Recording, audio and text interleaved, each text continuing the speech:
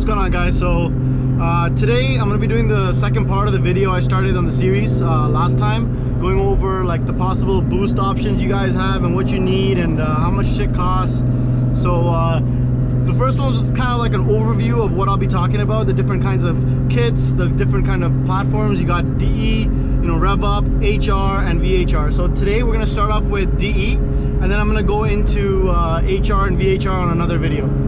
So when it comes to DE platform, you kind of got to decide whether you're doing more of a supercharger option or whether you're doing a turbo application, right? So when it comes to supercharger options, there's like a few kits that I know of that are more or less popular and people go for. One is the Stillen kit, and the Stillen kit's very popular on the HR VHR platform, but I gotta tell you that the Stillen kit on the DE platform is kind of trash. And I say that because it's, they were kind of like the pioneers of the supercharger shit for the DE platform. And so when it came out, the kit doesn't really make over 400 horsepower. I would be surprised even at the crank. It was meant to be kind of one of those like carb legal kits that you buy, and it's kind of, it can be sold at like a dealer or whatever, and you can have it on your car and make a good bump over stock power. The good thing about those kits is like they're like a Roots style blower, like the blower that sits right on top of the plenum, right? And those kind of kits, they make torque pretty much instantaneously, and at the low end you'll have a nice fat torque curve right through.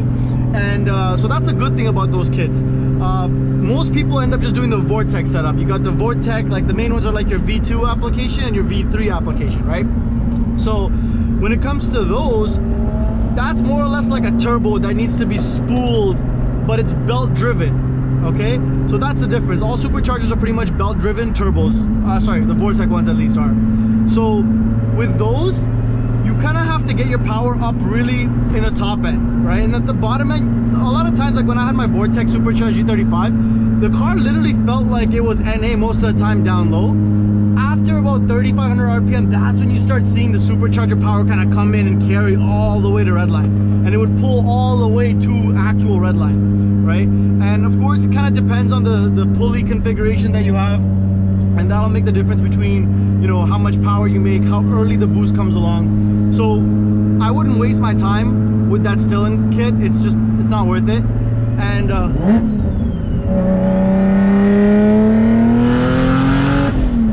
so I would go straight for the Vortech kit if you are going to supercharge. They also do have an Hks Kit available.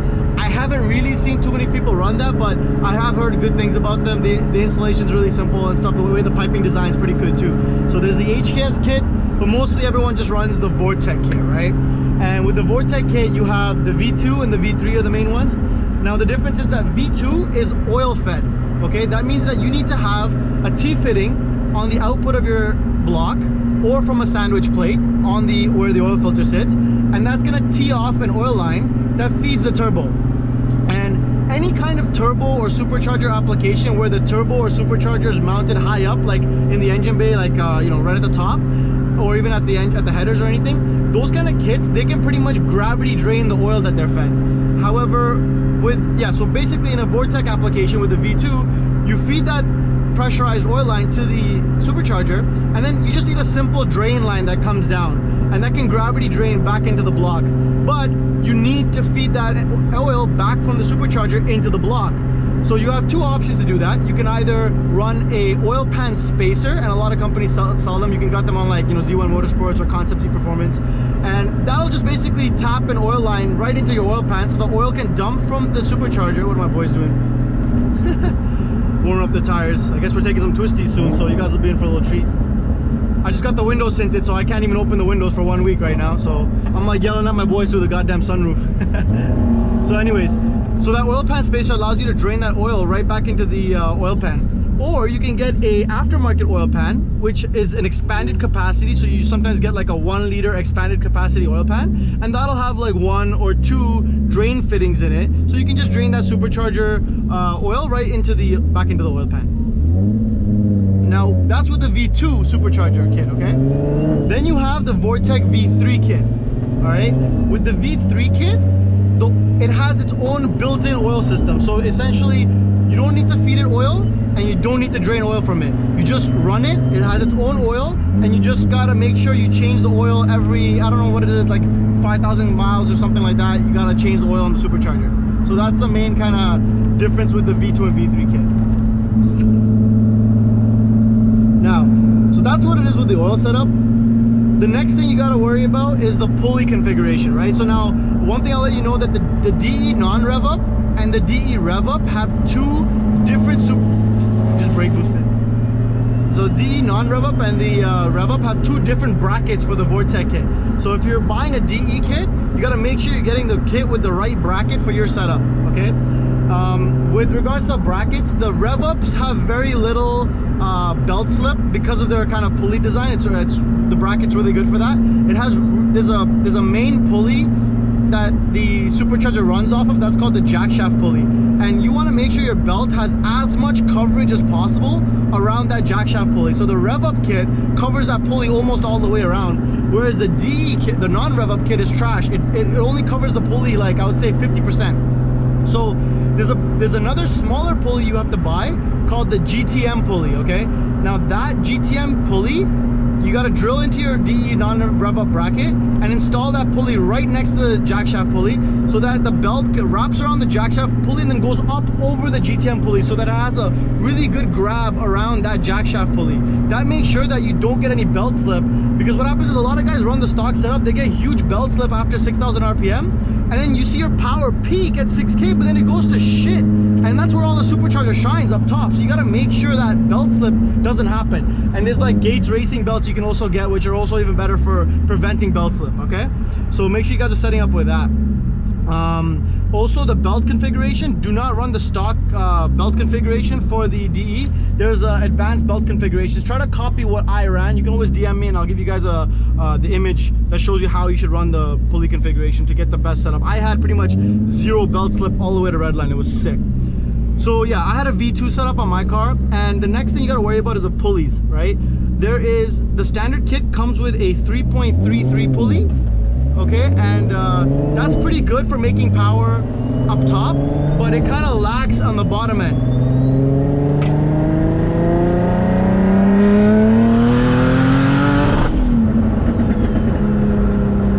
So if you want to get that supercharger to spin up quicker on the lower end, you're gonna want to upscale that pulley down to a either 3.12 or a 2.87. Be careful with the 2.87. I've heard of people saying that sometimes they overspin the blower.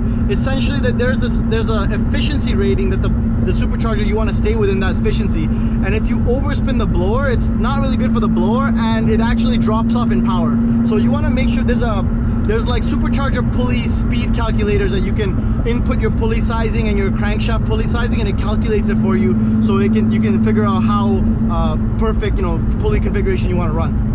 So I would recommend running 3.12. That's a happy medium. My buddy Daniel there with the 370Z twin turbo 600 wheel now, he used to have the old rev up kit, and mine was non-rev up, and we were pretty much neck and neck. I would actually get him in the top end with the 3.33 pulley, but he would have a really powerful mid-range that I was missing on the 3.33. So 3.12 and 3.33. So, but if you can, go for the 2.87, you know, just do it one time. Just make sure your efficiency is good and you don't overspin the blower, and you should be fine.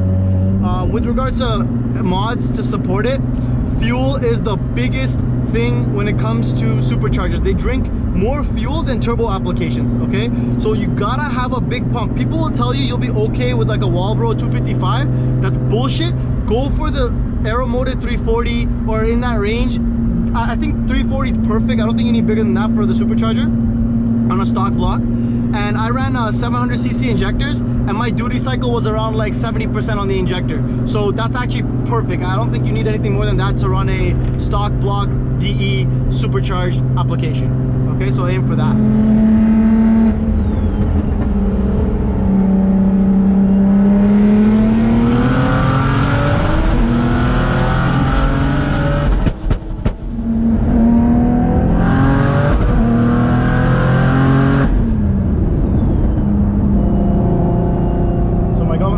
GoPro died, so I got it hooked up on the wire right now. So okay, last thing I wanted to talk to you guys about, yeah, so there's essentially sporting mods. that you're gonna need when it comes to supercharger. And one thing you want to have is a really good flowing exhaust. Now we have seen records that having actual stock cats in place increase horsepower on the supercharger kits. So some of you might want to decide whether you want sound or not. We had one guy with the IPL G37, he went back to stock cats and gained like 15 wheel. So up to you guys if you want to do that. I personally prefer the sound, so I made sure I had that Motordyne exhaust with the arc pipes, and I was really happy I had that. I made about 402 wheel on the main tune, and then there was a performance tune we did which upped the timing a little bit, and we were able to pull about 431 on a cold pull. Another thing, guys, superchargers are very likely to heat soak, just a heads up. So when you guys do back-to-back pulls, hold on, we got a pull here.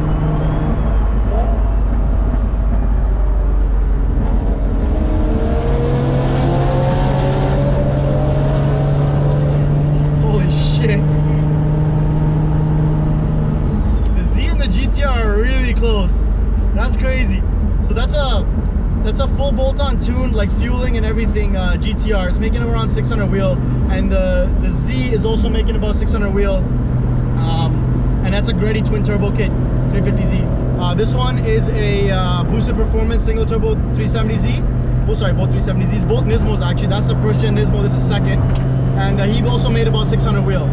Okay, so supporting mods, there is a 3-inch charge pipe that you're gonna want to run with the Vortech kit, because the MAF housing is increased from what comes with the Vortech kit through a 3-inch MAF housing. So make sure you run that. Also, you're gonna need an UpRev GT MAF. Make sure you have that. Definitely for the DE platform, you need it. And yeah, so just an exhaust. Intake manifold, I would recommend at least running like the spacer, doesn't hurt, or an upgraded intake manifold at the very least. It can increase the flow coming into the engine for you, so I would recommend that. Let me just see here.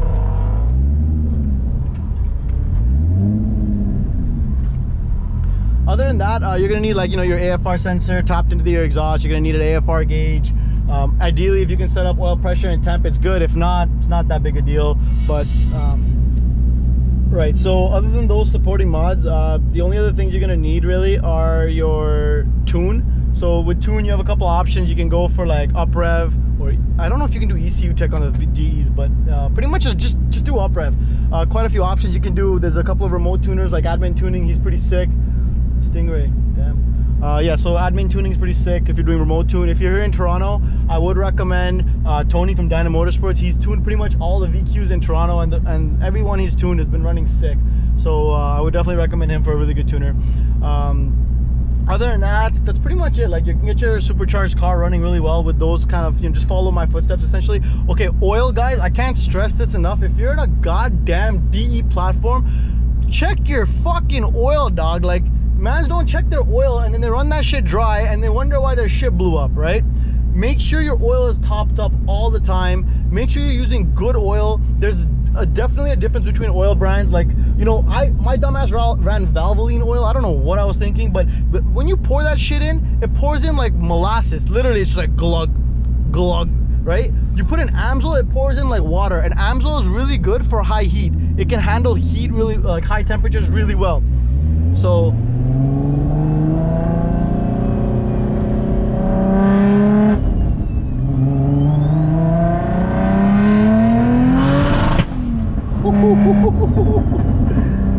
gunshot.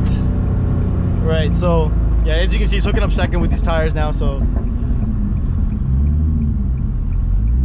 this is gonna have to be a U-turn. Okay, so anyways, tuning wise, yeah, get that done and your car should be running absolutely mint on a supercharger setup. You might get gapped by the turbo, guys.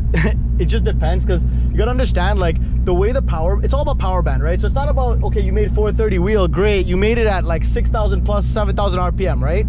The turbo application cars usually make their torque really meaty in the mid to high end, and they make their power earlier and they hold it for longer, right? So the car with the meteor power band, that's the car that's gonna be actually faster, right? So you gotta make sure you're, you know, it's all about what you want in the end of the day, right? So just make sure you're worried about that. But yeah, the car with the meteor power band will definitely be the faster car for like highway pulls and things like that. That ambulance was just staring at me. I had a friggin' camera in my hand. Okay.